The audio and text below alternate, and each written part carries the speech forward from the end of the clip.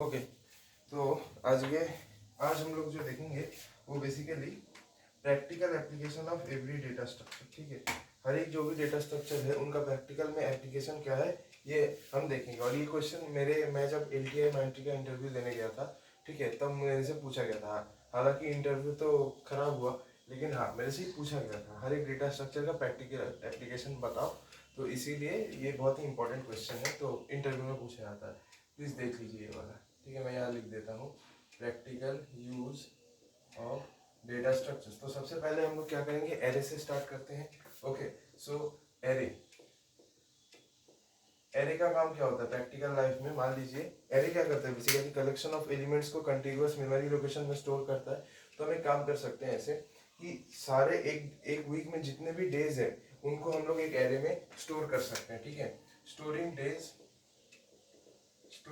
Days of a week, ये हम कर सकते हैं एरे का यूज करके। एक वीक में जितने भी डेज हैं उन सभी को हम स्टोर कर सकते हैं उस तरह से। फिर हम लोग ऐसा भी कर सकते हैं कि एक शेल्फ में, ठीक है, एक शेल्फ को अगर हम एक एरे मान लें, ठीक है, एक अगर हम लोग ऐसा मान सकते हैं ये अगर हमारा एक बुक शेल्फ है, ठीक है, ये एक एरे है, ठीक है, ये हमारा एक एरे है शेल्फ नाम से। ठीक है, अब इसके अंदर हम लोग क्या कर सकते हैं, बुक्स को स्टोर कर सकते हैं। यहाँ पे बुक 1 है, यहाँ पे सेकंड बुक है, यहाँ थर्ड बुक है, फोर्थ बुक है और यहाँ पे फिफ्थ बुक है। तो यहाँ पे हम लोग ऐसे भी कर सकते हैं स्टोरिंग बुक्स इन ए सीक्वेंस। ओके, यहाँ पे हम ऐसा लिख सकते हैं स्टोरिंग आई बुक्स इन ए शेल्फ, ऐसा हम कह सकते हैं। ठीक है, पहले बताओ ये दिख रहा है या नहीं दिख रहा। हाँ ठीक है, हो गया, बात क्लियर है। अच्छा, एरे के बाद क्या आता है, स्टैक आता है, राइट। स्टैक क्या करता है बताओ, स्टैक का काम क्या है। स्टैक का काम है, मैं बता देता हूँ, undo redo operation. Real life में कहाँ पे यूज होता है undo redo operation. Undo redo operation कैसे अनडू रीडू ऑपरेशन में यूज होता है बताना।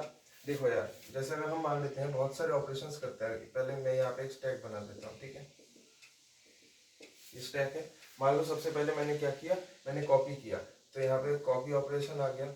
उसके बाद मैंने क्या किया, पेस्ट किया, तो पेस्ट इसके ऊपर आया। उसके बाद मैंने क्या किया बेटा, उसके बाद मैंने डिलीट किया कुछ, मान लो, ठीक है, डिलीट किया, ये ऑपरेशन तब स्टैक के टॉप में आया। उसके बाद मान लो मैंने क्या किया, क्या कर सकते हैं, कट किया। ठीक है, कट किया, ठीक है। तो अभी स्टैक के टॉप में क्या है, स्टैक के टॉप में कट है। तो अगर अभी मैं यहाँ पे रीडू करना चाहूँ, जो रीडू के लिए हम कौन सा की यूज करते हैं, Ctrl+Y। तो अगर मैं रीडू करना चाहूंगा तो कौन सा ऑपरेशन रीडू होगा, जो स्टैक के टॉप में जो ऑपरेशन है वही रीडू होगा। तो स्टैक के टॉप में कट है तो cut operation will be redo. So यहाँ पे हम लोग रीडू ऑपरेशन के लिए स्टैक का यूज करते हैं, क्योंकि रीडू बेसिकली लास्ट जो ऑपरेशन तुमने किया है वही ऑपरेशन ये वापस से रिपीट करता है, जो कि स्टैक के टॉप में आपको मिलेगा। ठीक है, तो स्टैक का यूज भी हमने देख लिया। स्टैक के बाद क्या आता है, क्यू आता है।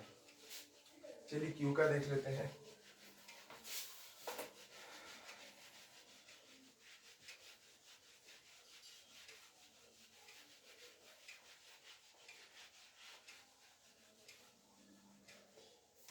क्यू का यूज हम कहाँ कर सकते हैं, क्यू का यूज अगर मान लो हम कोई एक अपॉइंटमेंट सिस्टम का एप्लीकेशन बना रहे हैं। ठीक है, अपॉइंटमेंट सिस्टम कोई भी, चाहे वो डॉक्टर के पास अपॉइंटमेंट हो या फिर किसी लॉयर के पास अपॉइंटमेंट हो या XYZ कुछ भी।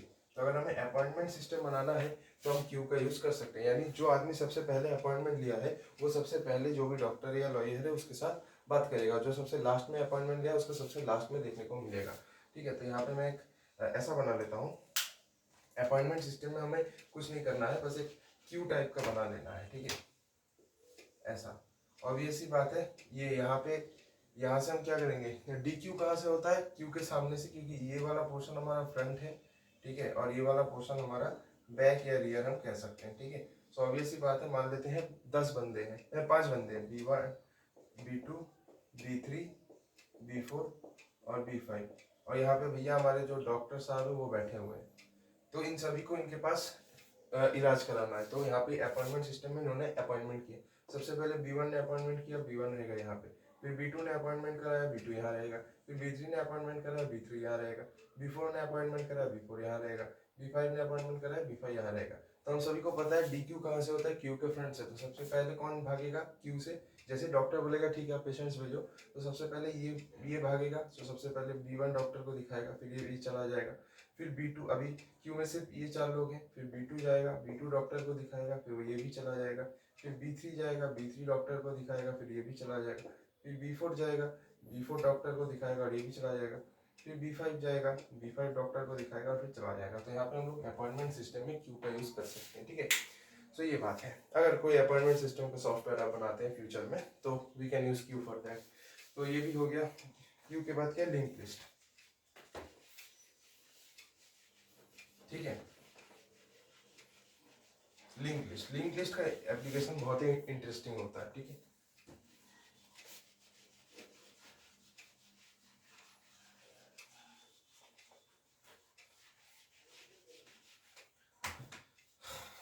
ओके, लिंक लिस्ट के बारे में थोड़ा सा बात किया जाए। लिंक लिस्ट का प्रैक्टिकल एप्लीकेशन हम कहाँ कर सकते हैं बेटा, बताओ। हमारा जो स्पॉटिफाई होता है, स्पॉटिफाई में जब हम लोग सॉन्ग को ऐड करते हैं, हम लोग क्या करते हैं, या तो बिगिनिंग में भी ऐड कर सकते हैं, ठीक है। सॉन्ग प्लेलिस्ट, सॉन्ग का जो प्लेलिस्ट होता है, ठीक है, उसमें हम लोग लिंक लिस्ट का यूज कर सकते हैं, ठीक है। हम लोग जो सॉन्ग होता है, ठीक है, हम लोग सॉन्ग को कहाँ ऐड कर सकते हैं, हम लोग सॉन्ग को बिगिनिंग में ऐड कर सकते हैं, किसी भी सॉन्ग को हम लोग प्लेलिस्ट के एंड में ऐड कर सकते हैं, और किसी भी सॉन्ग को हम लोग प्लेलिस्ट में किसी भी पोजीशन में ऐड कर सकते हैं, ठीक है। बिगिनिंग में भी हम उस सॉन्ग को ऐड कर सकते हैं, एंड में भी किसी भी सॉन्ग को ऐड कर सकते हैं, और इनके बीच में अगर कोई रैंडम पोजीशन में अगर हमें ऐड करना है तो वो भी हम कर सकते हैं। तो सॉन्ग प्लेलिस्ट में हम लोग लिंक लिस्ट का यूज करेंगे, ठीक है। इसके बाद क्या आता है, लिंक लिस्ट हो गया, स्टैक हो गया, एरे हो गया, क्यू हो गया, फिर है ट्री। ट्री का देख लेते हैं।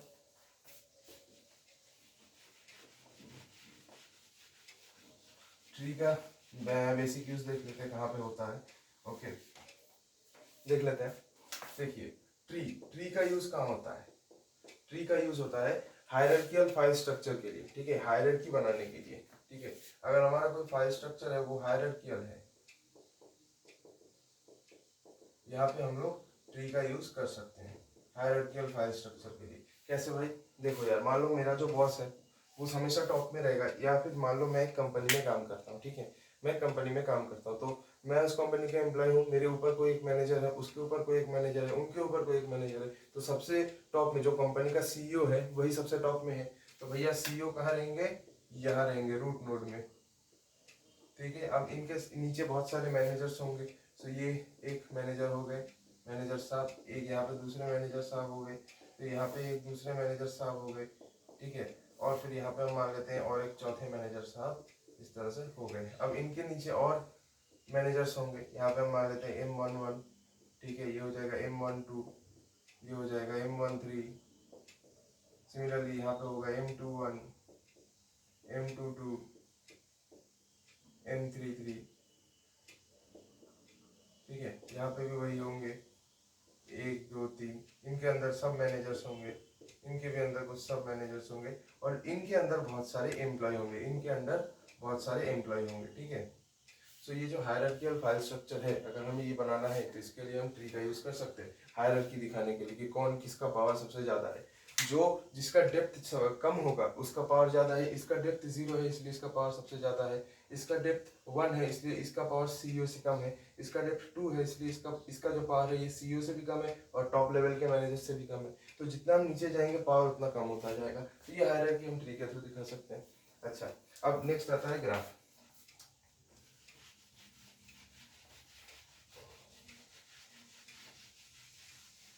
ठीक है।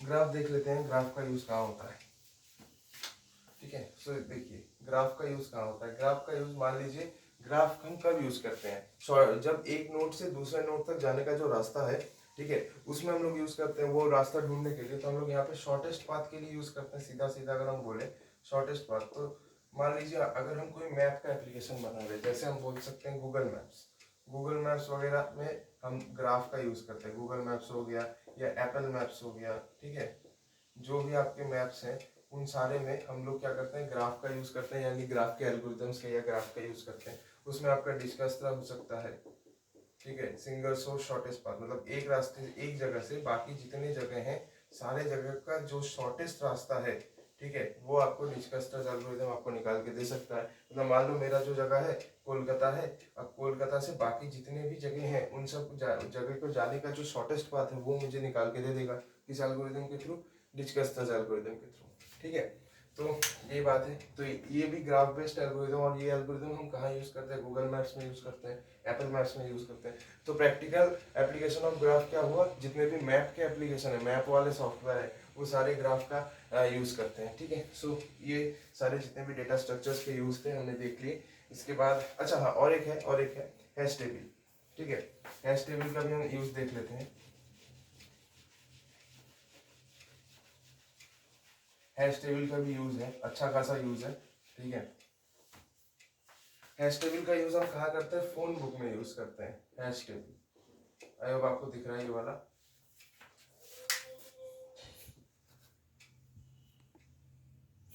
हैश टेबल का यूज हम कहाँ करते हैं बेटा, फोन बुक में। क्यों, देखो हैश टेबल होता क्या है, हैश टेबल है की वैल्यू का पेयर, की और वैल्यू का जो पेयर होता है इसे हम बोलते हैं हैश टेबल। तो यहाँ पे की और एक की रहेगा और एक वैल्यू रहेगा, ठीक है। तो यहाँ पे कौन सा की है और कौन सा वैल्यू है, चलो हम मान लेते हैं। फोन बुक में क्या होता है, एक बंदे का नाम होता है और उसका फोन नंबर रहता है। तो यहाँ पे हमारा जो क्या बोल सकते हैं, नेम को हम की मान सकते हैं, ठीक है। और जो हमारा फोन नंबर है इसको हम वैल्यू मान सकते हैं, ठीक है। सो ये देखो यहाँ पे हमारा एक फोन बुक हम ऐसे बना सकते हैं, राइट। फिर यहाँ पे जितने भी आपके हैं, ठीक है, यहाँ पे एक आदमी का नाम है A1, इसका फोन नंबर यहाँ है। दूसरा आदमी है A2, उसका फोन नंबर यहाँ है। तीसरा आदमी है A3, उसका फोन नंबर यहाँ है। चौथा आदमी है A4, फोन नंबर यहाँ। पांचवा आदमी यहाँ पे A5 है, उसका नंबर यहाँ है। तो यहाँ पे हम लोगों ने क्या किया, की वैल्यू पेयर्स। अगर मुझे फोन बुक बनाना है, एक फोन बुक का एप्लीकेशन बनाना है जो किसी भी आदमी और उसका जो वैल्यू है उसको स्टोर करता है, तो हम लोग हैश टेबल का यूज कर सकते हैं, ठीक है। सो ये हो गया हमारा हैश टेबल का जो प्रैक्टिकल यूज है ये। तो आई होप इतना ही हमें चाहिए होगा इंटरव्यू के लिए, इससे ज़्यादा हमें ज़रूरत है नहीं, ठीक है। सो यही बात है।